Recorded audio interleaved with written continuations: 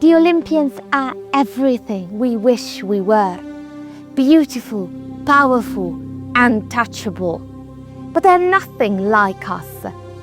Isn't there anyone in the ancient Greek pantheon who's a bit more human?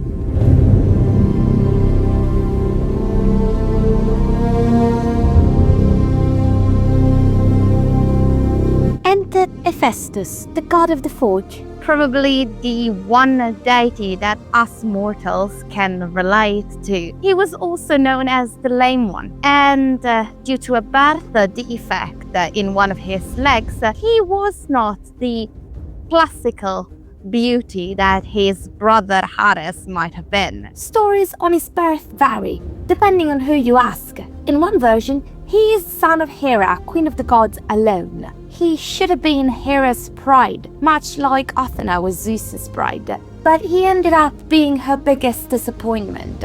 When Hera realized that her son was not conformed to the Greek classical canon of beauty, she threw him off Olympus, parenting a plus. In another version, he is the son of both Zeus and Hera, and he gets thrown from Olympus by Zeus just because he had dared to speak up in defense of his mother. So one parent tossed him away for his looks, the other for his loyalty. Either way, the result was the same. He didn't belong in Olympus. Whatever the reason, Hephaestus spent most of his life out of Olympus, not even knowing who his parents were. Despite a clearly difficult start in life, Hephaestus did manage to find himself a place and a little bit of love. His birth parents might have carelessly tossed him off the mountain, but he was caught by two nymphs, Thetis and Eurynome, who hid him in a deep underwater cave to protect him from Zeus's and Hera's wrath. For 9 years he lived there, in pain, but determined to succeed. He might not have conformed to the beauty standards of the period, but he learned to craft beauty with his own two hands. Golden armbands, glittering brooches, delicate necklaces.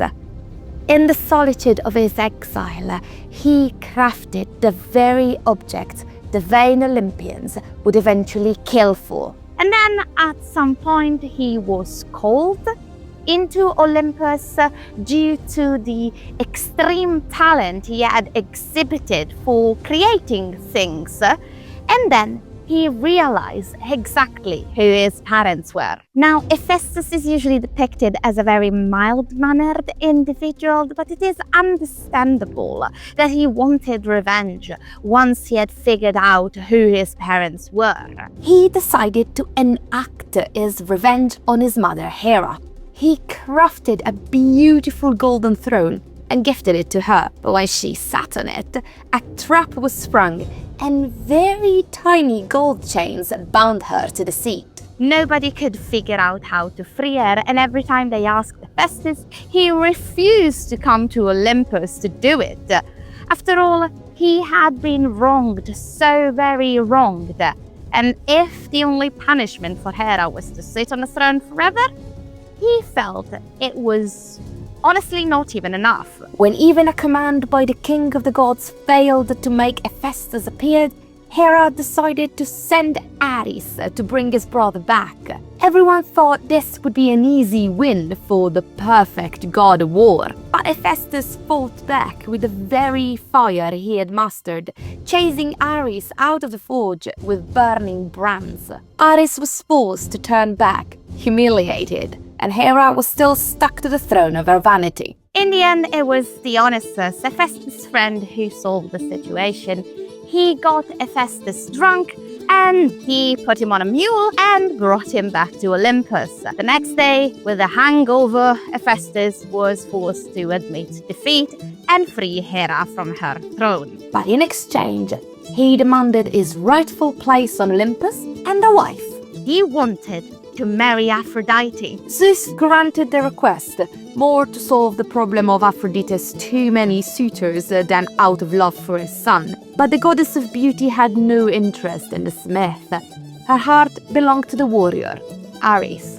The story where Hephaestus catches the lovers in a golden net is as hilarious as it is tragic. Needless to say, the marriage of Hephaestus and Aphrodite was dissolved fairly quickly. So, rejected by Olympus once more, Hephaestus retreated to the one place that had never betrayed him, his forge. If he couldn't find reliable companions among the gods, he would build his own. He toiled away for months, pouring all his skill into the forge. From the finest gold he crafted statues so exquisite they rivaled the beauty of the very goddess who had rejected him. And then, true to his genius, he gave them life, the golden maidens, beings that would never judge him, never mock him, and most importantly, never leave him. So yes, he literally built the first AI. And honestly, considering how ours look, we might want to find his blueprints, and fast.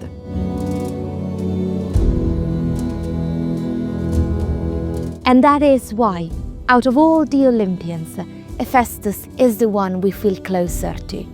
He is who we are. He's the proof that being broken doesn't mean being useless.